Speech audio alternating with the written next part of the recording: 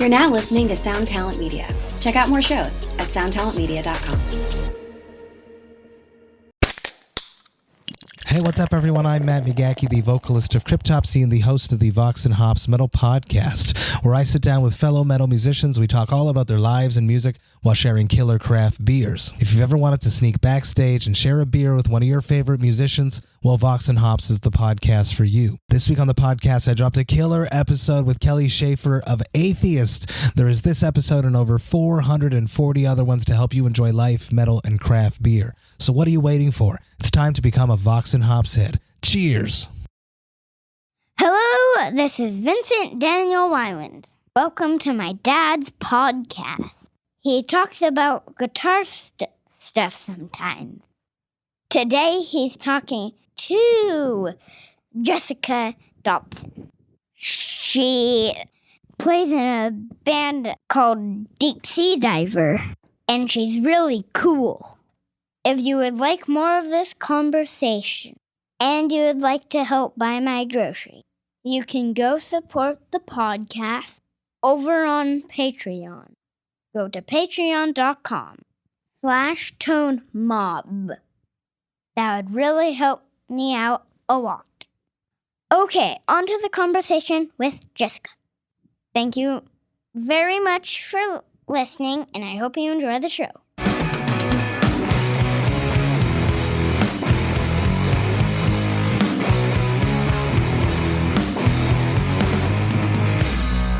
Hello, everyone. Welcome to another episode of the Tone Mob Podcast, the show about guitar stuff, occasionally, sometimes. I'm your host, Blake Weiland, and with me today, I have, after many requests from you guys, Jessica Dobson from Deep Sea Diver. How's it going? Hello. So good. I'm on the Tone Mob. Thank you for your requests of having me on here. I'm very glad to be here. Yeah, and I shouldn't have had to get requests, because this is what I was just talking about before we started recording. The first time I heard about you and your music was through our mutual friend Chris Benson many, many years ago, when he was building amps and doing repairs out of Old Town in Portland. Yep, I remember that. Yeah, so he was doing some tweaking on this old Fender 75 head I have, and I was like, what's that up there? And it was a Monarch. And he's like, oh, that's my amp that I make. And I was like, oh, that sounds really cool. And we got to nerding out. Not too long after that, we kind of became buddies. And he was like, oh, do you know Jessica? And I was like, I don't. He's like, oh, yeah, she's been using Monarchs in a bunch of her projects. And I was like, oh, cool. And that's when I started listening to your music. Yes. And that was a long time ago, and for me, multiple Bensons ago. And yeah, right. Here we are. That's so crazy. I think the version that I still have it actually at my house. The Monarch, it was like the second or third, not prototype. It was based on the first prototype, but I guess the second or third one he actually made, and he sent me off when I was playing in the Shins with it, and I loved it. And I had 112 cabinet, and I think he sent me off with a spring reverb too. And I just would get so many questions what is that? Because still to this day, nothing looks like the original ones that had the kind of ticking fabric. Yep. And they were so unique and it sounded amazing. And I don't know, I just feel really lucky to have been friends with him already. And just we just have this very natural relationship musically, where I just really love what he does and he loves what I do, and I'm able to get amps that are just exactly what I'm hearing in my head. Yeah, that's the thing about him. People often be like, what is it based on? And I told the listeners in the Facebook group that this was going to happen, so everybody already knew. It was we're going to be talking about Benson a lot on this. Yeah. So prepare for that. But yeah, they don't sound like other things. They sound exactly like what I want. And as much as I gas over everything else, I don't really super desire a ton of other amps. I want some high gain stuff because Sure. That's fun. But those really just I play the Vincent every day. Mm-hmm. I have Vincent #1 here, and it was, I mean, obviously the listeners know this, but it's named after my kid, so I have obviously a heavy bias, but it's my favorite amp. It's like, it does everything that I need. Totally. That's the one that has the Vinny in it, right? Where you can switch the channels. Yeah. That I took it out on the second to last tour we did before everything shut down. I took out the Benson. I loved it. But normally I'm playing a Chimera that's modded to half the wattage. But I like hearing it's basically a Monarch with 212s. Right. Yeah, it's good stuff. Yeah, the Vinny and the Vincent. The Vinny I called Chris when my son was born, and I was like, I need a toy amp that looks like my amp.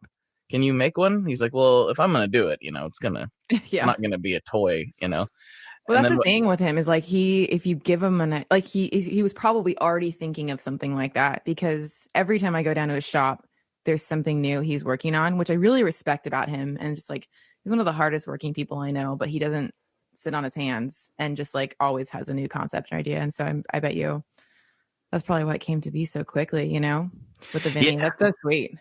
Yeah, it worked out good. And then like, I was like, Chris, have you ever ran the Vinny into a Monarch? Because it sounds amazing. Yeah. And I was like, why don't you put those together in an amp? And then it became what it is now. So totally. This episode is actually not brought to you by Benson, even though other sorry, Benson, have been in the past. So we should just start talking crap on him now, just to prove a point that this is not about you, Chris. He's so hairy, I have right now. He gifted me. I don't think he could give these away quick enough. Like a mouse pad. His face is printed on it with like he's smoking a cigar. His hair looks super wiry and wild, and it's just exactly what you'd want to put your mouse on. That sounds about right. Mm-hmm. I'm gonna have to hit him up. Yeah, I just spilled coffee on his nose. So looks like you have a big old brown stain on your nose, Benson. Yeah, there you go, Chris. That's what you get when you give people your face. They're bound to put stuff on it. But let's talk about you. You've done a lot of things, just to put it lightly. So what's your story? When did you start playing guitar? And you've worked with so many people, and then you've got your own band, and let's talk about all that stuff. So what was the starting point?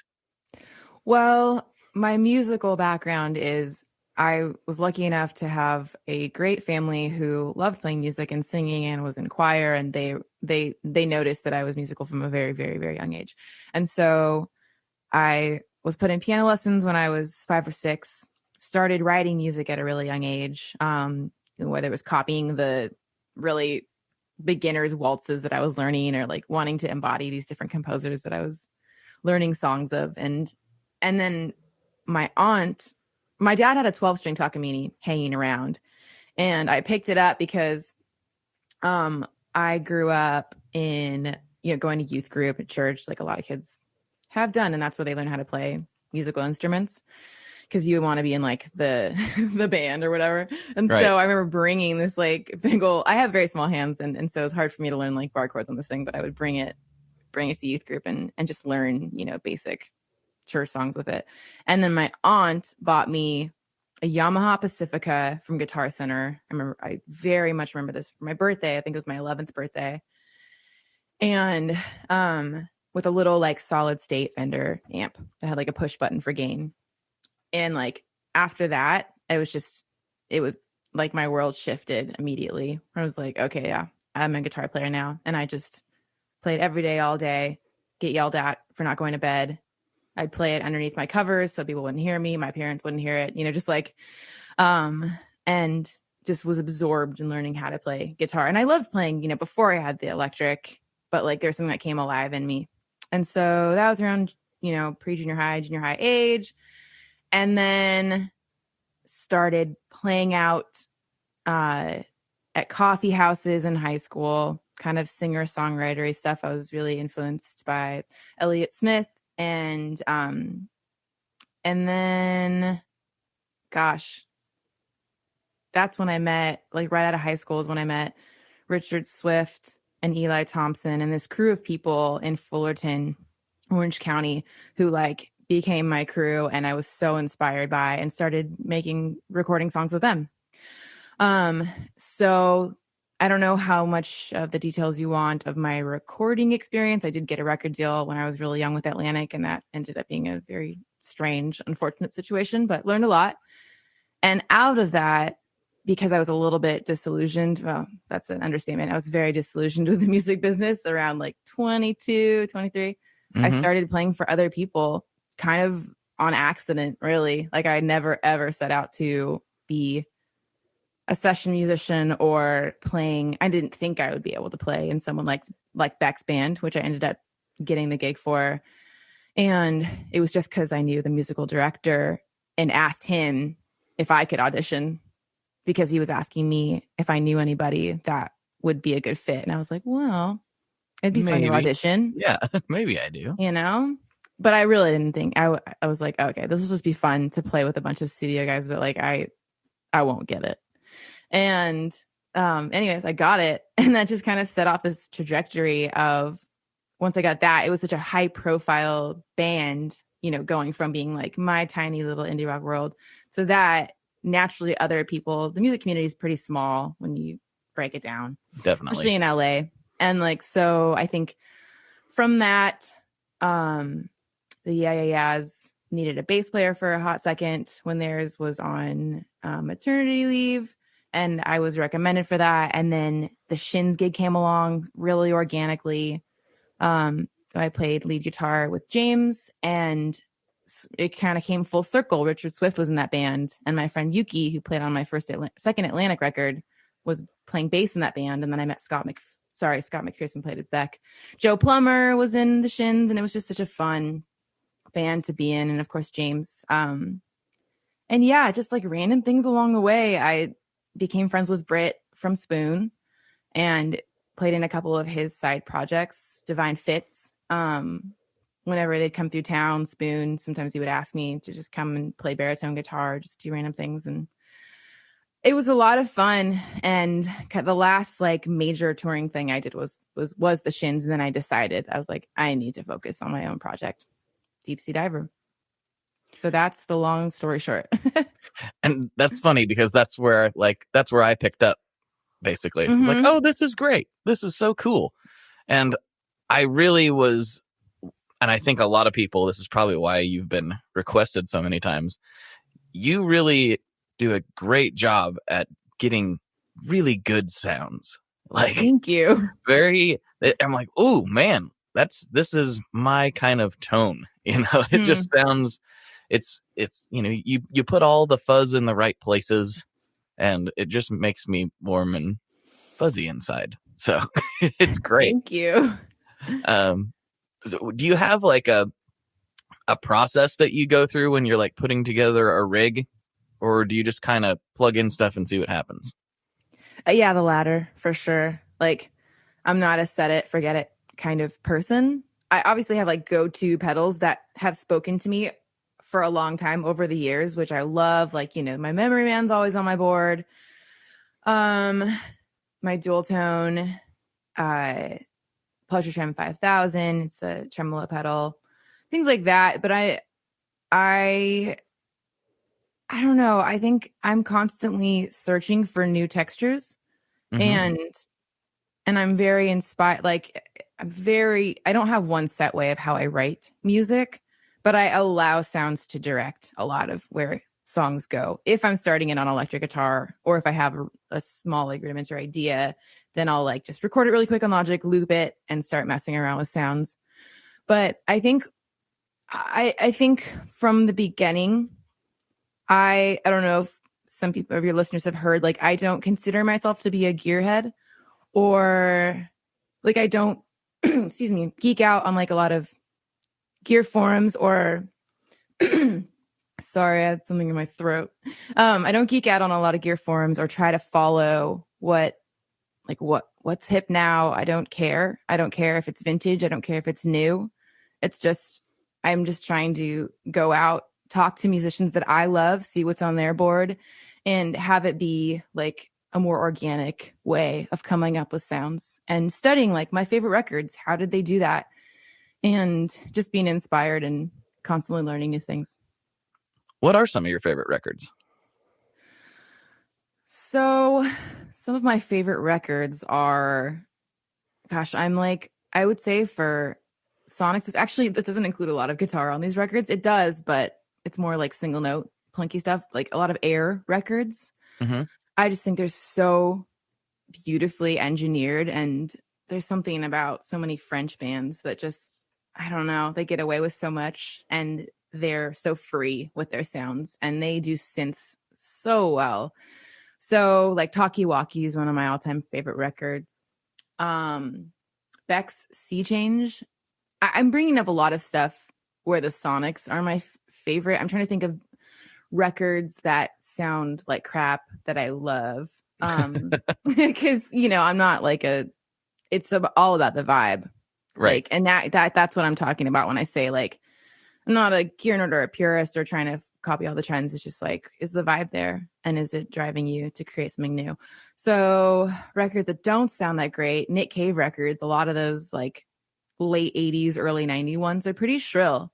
But he has a covers record that is one of my all-time favorites called Kicking Against the Pricks. Yes. It's so good. I'm very familiar. That's good stuff. Yes. And Let Love In sounds harsh, but the songs are so good. A lot of the Cure records don't sound great. I feel like I'm a lot of these 80s, early 90s ones, they're not necessarily my Sonic favorites, but they have there definitely was a trend in that time period to, I guess you kind of hit the nail on the head, a shrill or more high-end focused sound. And that doesn't necessarily totally jive with my ears necessarily. Totally. And a lot of those digital reverbs and things like that, which can be really cool tools, but sometimes overused. Definitely. Bowie, Scary Monsters, hugely influential on my guitar playing. Robert Fripp, most of the stuff he did with Bowie. Sky Blue Sky, Wilco's record, A Ghost Is Born Too is phenomenal. I don't know. I mean, I could honestly, I could list off records for an hour, but all day long. Stop there. Yeah. It's that's the beautiful thing about music, and it's something I look back and like, I've talked about this on the show I don't know how many times, but I look back at like teenage Blake's attitude towards music, and it was like, wow, I was so dumb. I thought you were supposed to be like more open-minded and whatever when you're younger, and kind of get more closed off as you get older. But I've done the opposite. I was like, if it isn't aggressive and loud, then I'm not listening to it. And it's dumb and it's for posers and blah, blah, blah. And I'm like, wow, you were such an idiot. You were so stupid. At least you recognize that now. Yeah. It didn't last all that long, but I just think, and I don't think I was a total jerk about it, but I just remember thinking a lot of these things. And I was like, why would you? Yeah. It's easy to like get caught up in one scene or one style of music.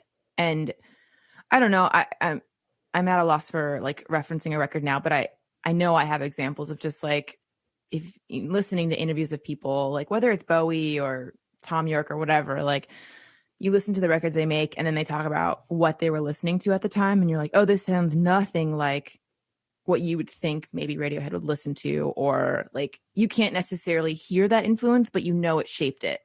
And so it's like, I don't know. Do you know what I'm saying? Like, it's so amazing to like go down rabbit trails of different genres of music that aren't necessarily your go-tos or your favorites, but just like to keep branching out. I think my partner Peter, who plays drums in Deep Sea Diver, he's reading that Miles Davis biography right now. Mm-hmm. And just like how he got into like modalism and all kinds of stuff that people weren't doing at that time in jazz. And he was studying classical, like modal movements and whatever. And it completely influenced how he was a trailblazer, for the next decade or whatever in jazz music. And you just can never, I don't know, be closed off if you want to keep exploring. Well, yeah, I've been working on an EP this year. I have like a text chat with a bunch of the listeners, and I told them like, I'm going to do one. I'm finally gonna do it. And I'm not just gonna like make pedal demos forever or whatever.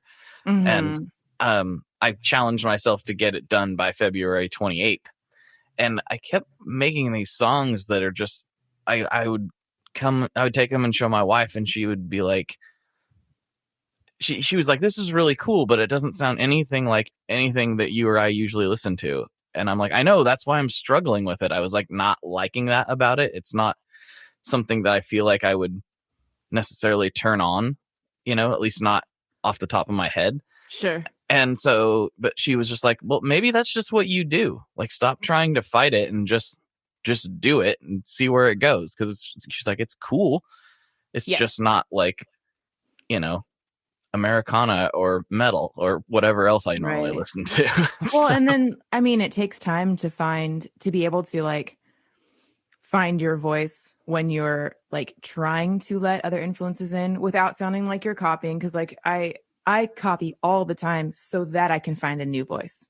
Mm-hmm. And so maybe you're just in that middle period where you're almost pushing through, to have it sound like something that's familiar, but totally new. It feels good. And I don't know that it's like necessarily groundbreaking or anything. It's just like, I listen back to it and I'm like, I did that. That's weird. But I mean, I guess maybe she's right. That's what I do. And I stopped fighting it, and it made the process a lot more enjoyable and totally just so much easier. I'm almost done now, and I was thinking I'm not going to be able to make that deadline. Right. So, well, good thing you put a deadline in place, because that's our best friend. It's the only way. It's the only way I get anything done. I realize. Totally.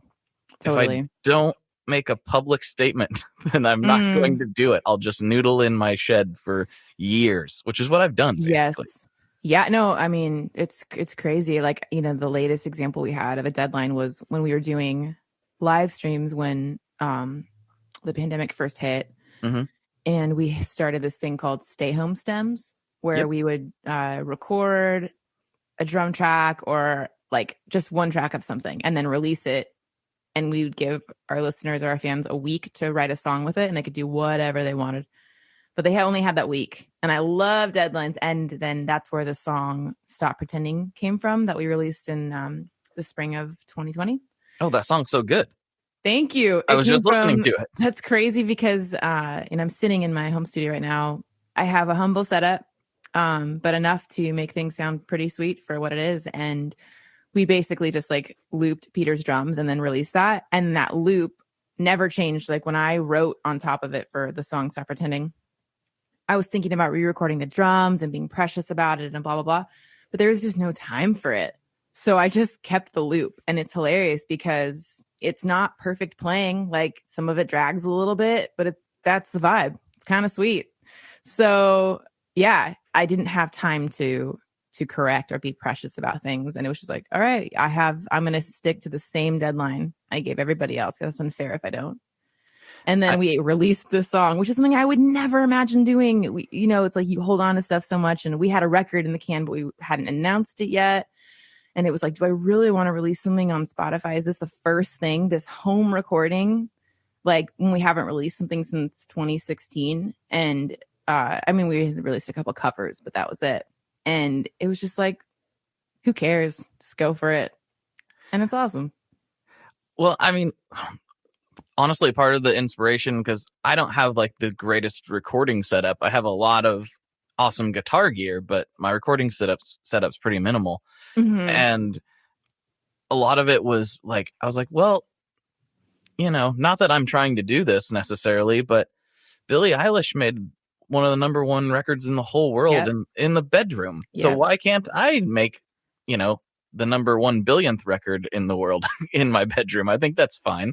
That's acceptable. Totally. And sometimes I get jealous of like, I don't know anything about Ableton. And there, I would say it's a lot harder to get organic sounds with a minimal setup, like drums, bass, guitar, these amplified, just like where the room makes a difference. Yeah.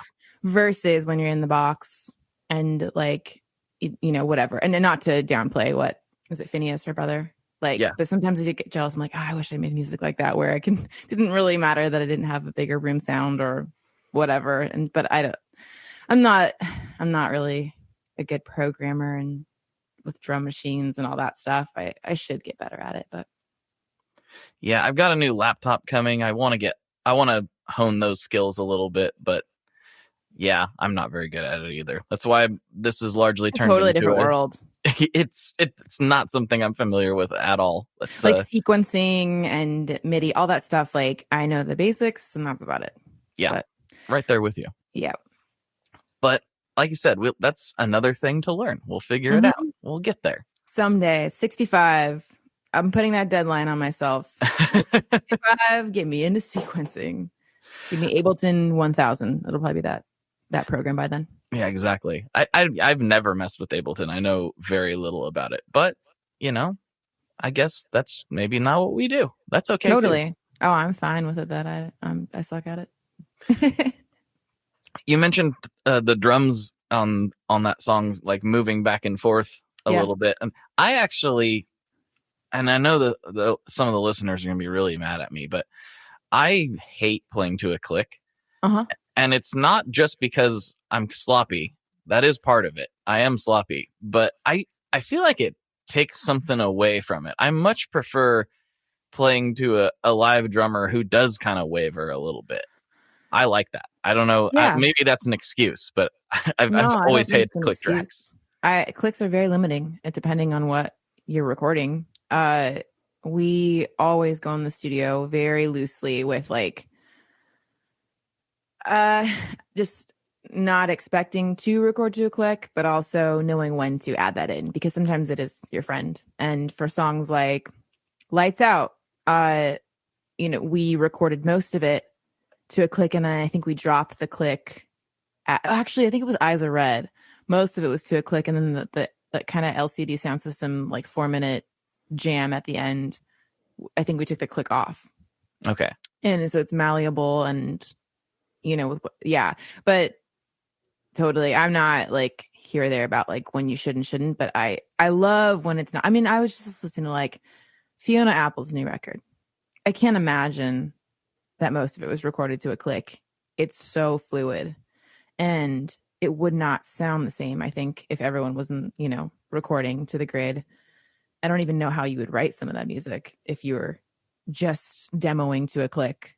And so it's just another tool or another hindrance, in my opinion. Yeah, I mean, some of my favorite artists, I know that they play to a click live. And so it's like, I'm not saying it's a bad thing. I'm just saying for me, it hurts my heart. Totally. Oh, you can absolutely take the life out of something. That's like my issue with a lot of bands that are locked to Ableton with their light show and with their music and sequencing and sampling, like where everything is, basically pre-programmed. And it's just like, man, you're just totally canceling out the element of surprise when you do that. And there's a feel thing that, it just becomes locked, loaded. Here we go. Here's the show. But like, I don't know. Some of my favorite bands, like Deerhoof, they would never play to a click ever. Greg is one of the wildest drummers, and like it would just be a completely different band if they did. Well, it's kind of fun, like going to see a band multiple times, and it's like, oh, they're playing it a little bit faster tonight than is on the record. It's like, oh, totally, it feels more punk. Yep.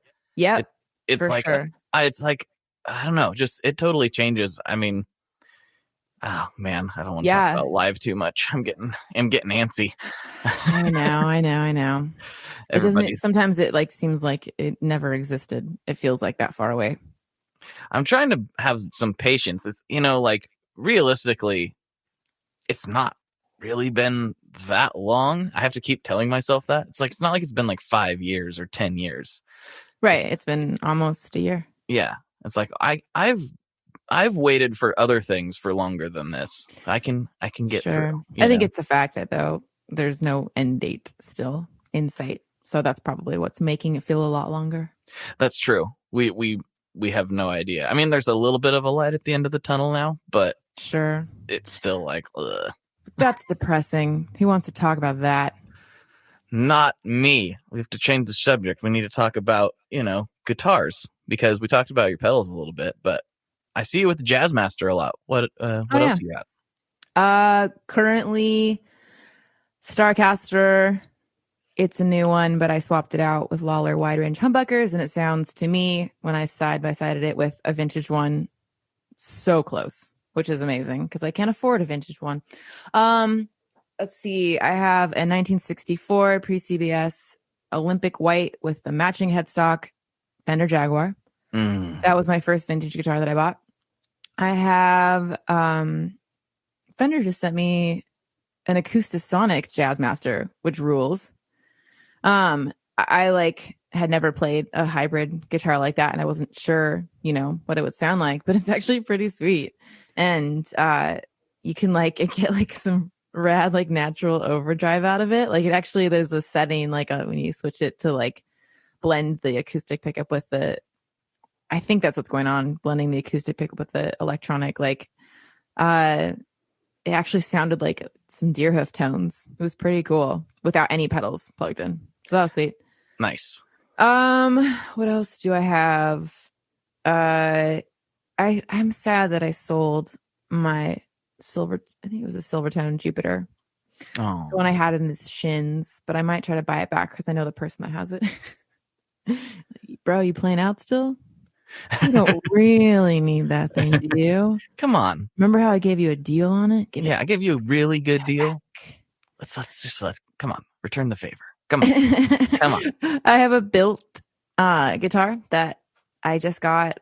I used it on the last tour that we did, and it's awesome. It's kind of like a hybrid. I was trying to take out my Starcaster less and less because the Starcasters are really heavy, and I started my back just started hurting, and I think they're like 9 pounds, and I don't know. You see Jack White with these crazy straps that take pressure off of your back, but they look kind of dorky. You know the straps I'm talking about? Yes, I do. I don't really want to use those yet. So can I make a hybrid one? And I basically took a model they had. Actually looks like a Starcaster headstock, and then I put these El Rayo Lawler pickups in it that had a single coil chime sound to them, but they're actually humbuckers.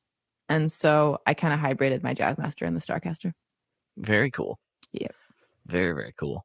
Yeah. Yeah, the Acoustasonics I played the Telecaster when it first came out. And I was honestly I went in with a bad attitude about it. I was like, this is not going to be cool. Mm-hmm. And I played it and I was like, this is cool.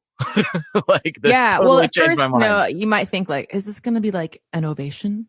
That's Is that exactly what what it's I going was to sound thinking. like? Yeah. And it doesn't. It's it doesn't sound like just an acoustic or just an electric. It sounds like what they're trying to go for, which is blending them. And it's a tool, in my opinion. Yeah. Yeah. I was really curious to play one through my crazy rig one of these days. I was just playing it at NAMM, but I was really, really genuinely impressed. And I don't care what anybody says. I thought they were dumb too, but they're not. They're really cool. I'm excited I think Fender's sending me a Pro Jazzmaster soon. And I haven't played that yet. And so I'm excited to play it. And it's going to be surf green, which I don't own anything like that. So it'll be awesome. I've heard those are really nice. I've heard Yeah. very good things. Yeah. I'd like to, in the next year. So I've never owned a P90 guitar. I think I want to go for a Les Paul Jr. Mm-hmm. Find the right one. And I don't know, just searching for some new textures. So that'll be pretty sweet. You definitely need a Les Paul Jr. I'm a big fan of the Les Paul Jr. I love it. Totally. I keep mine parked in D standard. Cool. And do the Mike Ness capo up thing when I want to play standard. And nice. I thought that was, just a bunch of shenanigans, but there's something to it. Really? I A/B'd it back and forth with regular standard tuning, and then the best thing I can come up with is it shortens the scale length, and that's why it sounds different. Yeah. I don't know why else it would sound different, but it does, and it also they sound really good in D standard. So that's awesome. Where I leave mine now. Well, I'll try that out when definitely do. Les Paul Jr. You looking at vintage ones, or you really can't go wrong. I think so. Yeah, I've never played a new one. Are they making those now? They've had a few times throughout the years. They've had some new ones. I don't Cool. know what the current lineup looks like. Yeah, I just like Gibson World is a little bit foreign to me. When I first started out, I was really dead set on getting like an ES335. And what was the stereo one? I almost got one of those. I know what you're talking about. 330. I can't remember the number. Anyways, and then I got into like Gilt Starfires. I think that's what they are. But I never bought one. The Starcaster was the first like semi-hollow body that I got, and I fell in love with it. But yeah, like I think the ones that I have played that have spoken to me at like some of my favorite guitar shops are late 60s, early 70s. So very cool. Yeah, very cool. The necks vary so much, but I love awesome. the big ones. I'm a weird person. I have small, like not small, I guess. I have short fingers, and for some reason I like big necks. I don't know why. I shouldn't. I should like smaller necks, but yeah, I like big ones. I don't know why. Can't figure it out. Baseball bat necks. I had a Fender no-caster, and it was too big for my hands. I have baby hands. I love the no-caster. Oh man, I love guitars. They're so wonderful, aren't they? So you're a big fan of the wide range humbuckers as well, then. I've got 100%. a Tele Custom 74 Tele Custom, and that was my first foray into that. And I was like, these are some of the best pickups. Why doesn't everyone talk about these? Like they're the greatest thing since sliced bread. They just are. Yeah, and there's nothing that sounds like them. Like on the Starcaster that I have them in, like. I love when you just get natural grit out of a pickup that doesn't sound harsh. Mm-hmm. And so a lot of like, lead solos are taken with that guitar because they're not harsh, where, you can get a certain iciness from the single coils. Sometimes it just don't work and they don't have enough sustain and you're just fighting to get a wider sound. It's like, well, I might as well play the Starcaster. Yeah. So, and then I just love that like compression you get when you go flip over to the neck pickup, but you can still hear like not single coil definition of notes, but just like enough to get you through it and like have a sweet rhythm sounding guitar. They're amazing. I have some I have a guitar made by Kevin Equitz called the Rayburn, and it's a dual humbucker guitar, but I have these Righteous Sound Galaxies in it, and they are regular humbucker sized wide rangers, and they also have coil tap, and I don't normally really like coil tap that much. I haven't found a ton that I think sounds that great, but these sound really great. They sound cool. Like a Tele. I know nothing of the coil tap world, but sounds cool. Yeah, I was like, let's try it and see what happens, because why not? And yeah, once we tapped them, I was like, this sounds like a Telecaster. Like surprisingly, like usually they kind of sound just like a weak humbucker. Like that doesn't sound good. Let's not split it anymore. But those ones worked well. That's awesome. I don't know if there's that many 4-conductor coil tappable wide rangers out there, but I know that those ones are, for the listeners who might be curious about that. Let's see.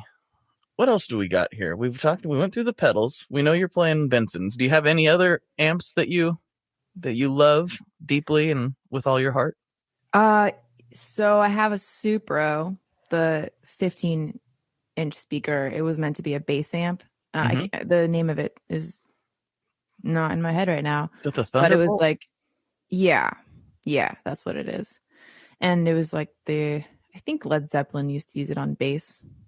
But it's pretty sweet. It's limited because the speaker cap is like set right up against the grill, and you put too much. It's funny. It's like meant for bass, but you put too much low end, and you just get a bad rattle. I'm sure I could probably fix that somehow, but it has a sound unlike anything else I own.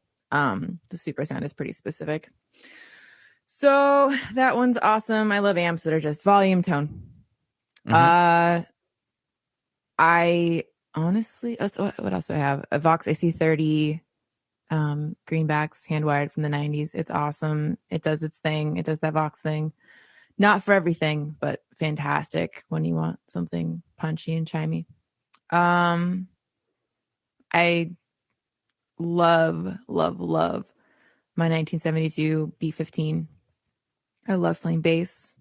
A lot of people don't know that I play bass and I love playing on people's records. And I'm totally a guitar bass player, but I know exactly what you mean. yeah, Me too. like I wouldn't be hired for like fingerstyle Motown stuff, but Justin Meldau Johnson is one of my favorite bass players. I learned a lot from him. And yeah, that I wouldn't trade that thing for the world. It's so amazing. What else do I have in here? I'm looking around. I have like multiple Bensons. I think that's it. Like I said, when I find stuff that I like, I'm not a gear hoarder. I have stuff that I use and I love. And you know, when like for this last record we did, I got a couple of other tools. Like I brought in like what are they? The chorus amps, the jazz chorus. The JC 120s? No.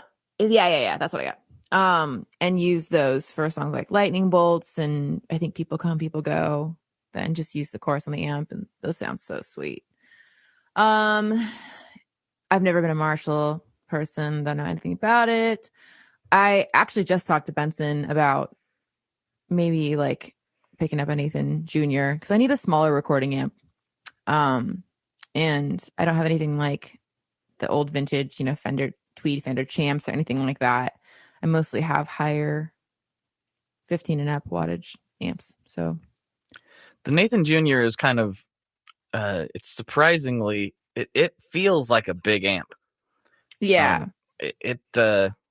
I was really surprised at how beefy and full it is for being a smaller amp like it. I was really impressed with it. But there we go, talking about Chris again. Fanboying about Chris like I do on half the episodes. Before I get too sidetracked, because I was going to ask you some other stuff, I totally spaced that I told the Facebook group that you were coming, and I have questions from the group. So fantastic. I better get into that. I almost completely forgot, and they would have been Facebook question away. All right, let's see. What do we have? Let's see. Sorry, scrolling through. I got to find a good. There's a very, resounding, or I guess not resounding. What's the word? Reoccurring. That's the word I'm looking for. Resounding and reoccurring theme. Yes. Theme of like, I really like her. Tell her that she's so good. That's there's like 4 I love different that. people Just that say simple. That. You got the message across. I hear you, and I'm grateful. Thanks. Yes. So, but here's we've kind of touched on this a little bit when we were talking about, finding tones and whatever, but Jesse Emery says, I'd love to know more about her songwriting process. I love every guitar part on every song. That's excellent. Thank you. All right. Songwriting process. I don't have a formula. I don't have one certain way. Often in my writing process, it comes from a myriad of things like collecting themes in my journal, noticing, highlighting. Actually, I was just reading that Jeff Tweedy book, which I love. It's like How to Write One Song. A lot of those things I was already employing. I don't want to give his book away and spoil his exercises, but I was already using a lot of those things. And then so many helpful things like as a buffer for the parts where I feel like I'm not as good at. Those exercises in the books are so good. But I'm a collector. I love just like recording little snippets on my iPhone, coming back to them. But really for me, songs aren't necessarily part driven. Like the core of the song has to be there. Then my brain opens up to like, okay, how do I take this thing that I wrote on piano that's pretty basic quarterly and open it up to where you would never know that it started on piano? And I have a production mindset like constantly as I'm writing where it's like, where's the sparkle in the song? Where's the low end sitting? So it's, I don't know, whatever. My brain goes a million different ways. Once the song is there, it's so fun for me to explore. And sometimes a song is written by like a lead line. Like, for example, the song Wide Awake, which is one of our most like guitar jam songs. It was just Peter and I playing downstairs. I was on bass and he was on drums. And I just had that so very lead driven part. And then it was, I think the guy that produced Secrets, that record, Luke Vanderpool, he was like, what if you started the song with like a 3-minute guitar solo? And I was like, ooh, I don't know if I could do that. I'd never done that before. And it felt like a little bit like, what's gratuitous? I don't know. I was just like, I don't want it to come off as like, oh, look at me. I think I could just start off this song with a solo. But then I got confident. I was like, you know what? Who cares? I've never done this before. Let's try it. And I don't know. It's pretty unique in the catalog, but that was a riff driven song. Nice. It didn't have a core, to it besides just that. So there's just so many ways that songs come about, but mostly they get finished by deadlines and discipline. Which is something we touched on earlier. Very Totally. Nice. Rick Calhoun, who's been on the podcast before, makes awesome picks. Awesome. Yeah, he says, with 2020 being a complete downer, was she inspired to write new music or has it been a struggle? I would say that I was inspired through all the pivoting that we had to do in the midst of getting ready to put out a record. Because when 2020 first hit, we weren't sure if it was going to come out this year. And then the pandemic happened. And then we really weren't sure if it was going to come out. But then once we committed to that thing, it was just like, okay, got to point all our arrows to figure out how the hell are we going to do this in a creative way when we can't tour, which is such a huge part of this band and how we get new people to hear our music. So a lot of creative energy was spent on that and not necessarily on writing, because I really didn't know how to do both at the same time, because we were doing live streams and stay home stems and making music videos on a like penny budget, just like doing all this stuff, learning how to video edit. I made a lyric video with Peter where I tabbed out everything live in time during the guitar solo. Just learned a bunch of new things. And so our creative energy was very heavily spent, but in different areas. Okay. And now I would say we are on like a songwriting frenzy. Like I'm so excited about what we've been working on. And, we're a little bit past the release now, and we're still focusing on like getting the word out about Impossible Weight and still promoting this record. But, what is like inspiring to me right now is just like running with the creative energy I have towards songwriting, and then also collaborating with a lot of people. So I think this year is going to be marked by, a few covers, maybe a few singles, maybe working with other people. I'd love to songwrite with other people for their projects. I'm just like, I feel very free right now. So yeah, that's my answer. That's awesome. So next question, we got Jacob McKenna. He says, if she could do a signature model of guitar, what, who, and all that is what he said. Who and all that, yeah. Yeah. I mean, the easy answer would be with Fender. Right. But I would never have the gall to just assume that they would want to do a signature model with me. But if, let's just say they did approach me, I don't know. I honestly don't even know if I'd want a signature model on guitar. Interesting. Like, I love that people associate me with jazz masters. That's great. That's not the only guitar I use. I think the only thing I'd be specific about would be like the pickups, maybe. Like, I know St. Vincent came out with like a very specific body style, and that guitar is great. And like, I don't envision that kind of stuff when I play the guitar. Like, I wish. I'm just like, can it be light and like for touring purposes? Right. And can it be like, I don't know.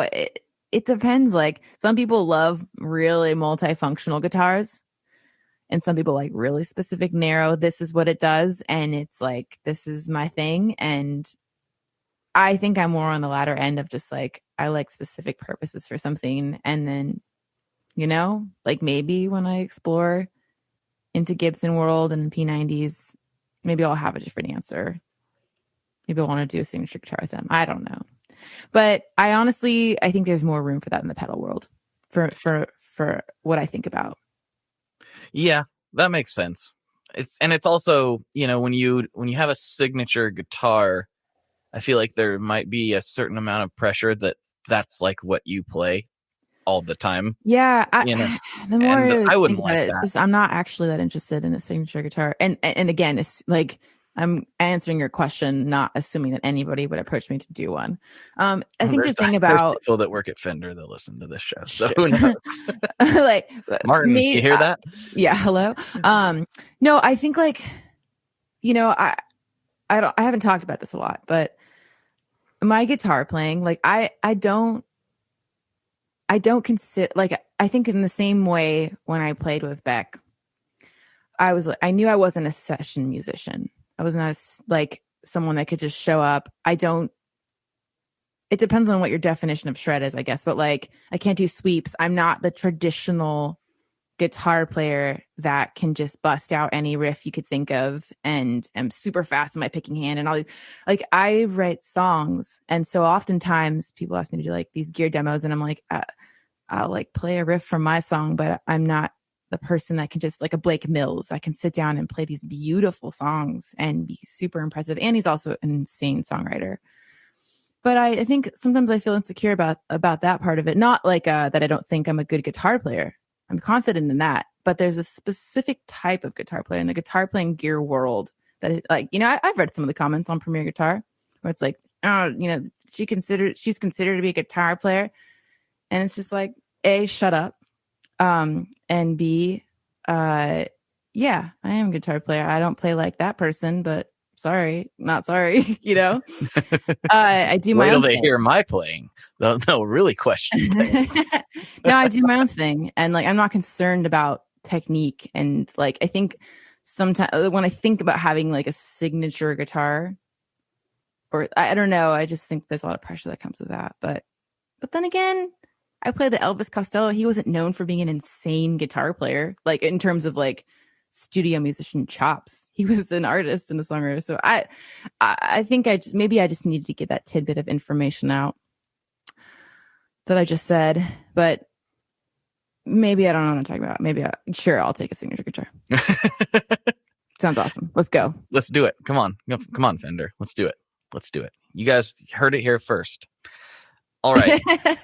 I think that'll probably be, that'll probably be too long of a thing. We need to start wrapping this up. But I do have a few classic questions to end on. Great. But before we do that, this is your chance to like put up a billboard. You can say whatever you want to say. You can, tell people where to find your music, tell your mom that you love her, or whatever you need to say. This is your time to shine. Fantastic. Oh, I love this. Okay, I'm free. Let's go. All right. So if you are tuning in and have never heard about me or my band Deep Sea Diver and would like to check it out, we did just release a record in October of last year, 2020, and it's called Impossible Wait. You can find, I think by the time this comes out, when is this coming out? Monday, actually. Okay, cool. So we're going to be having some new things pretty soon in the Bandcamp store for vinyl, but you can find it on vinyl, CD, whatever you want, but that's on our Bandcamp store. And there's some fun stuff coming out with Benson, a couple of things just filmed. I don't know what I can say about it of these two things, but keep your eyes peeled, follow Benson if you don't already on his socials, and I'm very specifically excited about something that's going to be coming out, I think, later this year. But can't talk too much about it, but it sounds amazing. Very exciting. Very, very exciting. All right. Well, here come the last two questions. The first one is pretty easy. So let's go. What is your favorite Boss pedal? My favorite Boss pedal is probably, the tuner. Just kidding. It's so awesome. I get that a lot, actually. Yeah. I actually don't Wow, I don't have that many boss pedals. I love like the classics. I have a DD7. Mm-hmm. I love those delays. They're awesome. They are. And they're so I would use it for the longest time just to like write with the loop function. But I love that, and I do love the just old school compression pedal. What is it? The C3 or whatever, the one Nels has. It's noisy, but who cares? It's great. It does what it needs to do. People need to embrace the noise. Yeah. I love noise. I don't even like. I may be a little bit too noise tolerant. I hear people all the time. They're like, "How noisy is that pedal?" When they're asking for my opinion, I'm like, I'm the wrong person to ask because I don't care. I'm usually pummeling things with so much fuzz that there's going to be noise, even if it's a completely silent pedal. So sure, totally. You know, who knows? But good answers. Good answers all around. Thank you. All right. Here's the last one. This is the one where it gets a little bit dicey, a little bit controversial. Families have been broken up over We talking this. politics? What's happening? It's even worse than that. So here we go. Wow. What kind of pizza do you like? Oh my gosh. Give me a Domino's medium pan pizza. Well done. You got to put that in the instructions. Mm-hmm. And I want pepperoni and jalapenos on one side. I want bacon, not Canadian, like not the ham. I want bacon and pineapple. It gets delivered. I put Lil Mama's peppers on it. Lil Mama's rules. Yep. Side of ranch. Got to get that. Hold on. Okay. And then a little bit of honey plus some Cholula or Tapatio. I'm off to the races. I eat half the pizza. Peter eats the other half. It's great. This is like a mixture of things that I love and things that I hate. This is. I've never been more confused about a pizza in my entire life. It's fantastic. I'm not saying that's like that's the most easily accessible pizza I can get. I have other favorite pizzas like in New York or whatever, but like that Let's Domino's. talk about that. I love New York.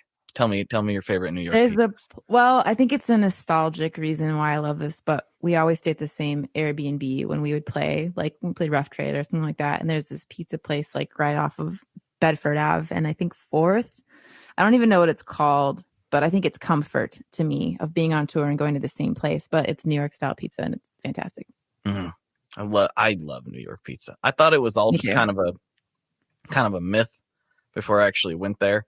And ate it, and I was like, "Oh, the pizza and the bagels. I'm all about it. I don't really love deep dish." So, is that the divisive thing? No, it's the pineapple and the ranch. That's where I'm like, I just don't know what to do with that information. But Mama's Lil Peppers and the Cholula, like all that. Does that kind of even it out? It kind of like, I'm like, okay, like these are things that I love, but I really can't do the ranch. Were you happy that I was so ready to talk about Domino's? Is that who's sponsoring the show today? I wish. I've been trying to get them to sponsor the show, but no one will return my emails. So I guess they don't want to. I don't understand. Start a Twitter, social media battle, and then maybe they'll come on board. I think Domino's, honestly, like Domino's is the best. At least from what I've had. The delivery? Best, well, maybe not necessarily the best delivery, but the best chain like style pizza like that. They didn't used to be. No, something happened. I swear. It's like around the same time that like they put those silly ovens in their cars, like when they deliver. It's so dorky. But like Papa John's, stay away. I've never had Papa John's. Never had Pizza Hut. Never really liked the consistency of the oily crust. Domino's stepped it up. I thank you for that. Amen. Yeah. I mean, it's kind of funny because I remember it was like, I don't know, maybe it's probably longer ago now in my head, but it was like maybe 8 years ago or so. They had this big advertising campaign where they were like, "We heard you. Our pizza sucks." So we've changed it. That's so smart. It's like, and they really did. They did a good job. They completely changed it. Their pizza used to really suck, really bad. Wow. So. Is it terrible that we're talking more excitedly about pizza than the pedals and guitars that we were talking about? Because no, that's normal. That's very normal. We've hit a new arc in the podcast, and we're ending now. So Well, we're ending for the main episode, but boy, we still got Patreon to do. So we're in luck. We can continue this conversation, this passionate conversation. And I actually have some other things I wanted to ask you. So that'll be Great. Perfect. Awesome. All right, let's wrap this thing up. For Jessica, this is Blake. And as always, folks, good luck and good tones. All right, we did it. There we go. Another episode in the can. Thank you very much for tuning in. And if you haven't heard Jessica's music, please go treat yourself and do it. And if you would like more of this conversation, we've got extra on Patreon. Oh yeah, we get into it. We had a lot of fun over there, and there are a ton, and I mean a ton, of extra episodes over there if you just need more of this chatter in your ears and you want to help literally keep the lights on here. I would really appreciate it. For $5 a month, you get extra episodes delivered to your ears every week. Thank you so much. I really appreciate all of you. Let's see. I feel like I have a few other things to talk about. Oh, yes, I'm working on my album, and as a lot of you who are texting with me know and follow on the socials, I actually came up with a name for my musical endeavors this weekend, whenever I did it. I'm calling it American Cyclops. You can follow on Instagram for now. I'm going to have a website and all that coming soon. It's weird, theatrical, ambient, strange, instrumental stuff. And that's the best I can describe it. That's what's coming out of me right now, so why not? If you would like to join in on that text chat, it's just a conversation between yourself and myself, and that information does not get shared with anyone else. And if you ever get tired of hearing from me, you just text stop and you'll be removed. But in the meantime, if you want to talk about music, if you want to talk about music business, creative endeavors, food, really anything, there are well over 100 people that have joined me over there, and I'm replying to everybody. So 503-751-8577 is the number for that. You'll get a few automated texts saying, do you want to be in on this? And then after that, everything comes right from my thumbs. It really is me. No one else is involved. No one else sees it. It's all me all the time, baby. So yeah, that's probably it for this week. I will talk to you next time with another juicy episode. Have a good one. Bye. One last thing before we totally sign off here. I just want to remind you that if you do any shopping at Stringjoy, that's Stringjoy guitar strings made in Nashville, that will help me out as well. As I've said for years, I'm heavily involved in that company, and I really do think they're making the best products on the market. So if you would like to try custom strings, go to tonemob.com/stringjoy and check them out today. I seriously love what the team down there is doing. I help them out with all kinds of things, and by you supporting them, you are also supporting me as well. And hey, you need some strings, so why not get some custom strings just for your guitar and playing style?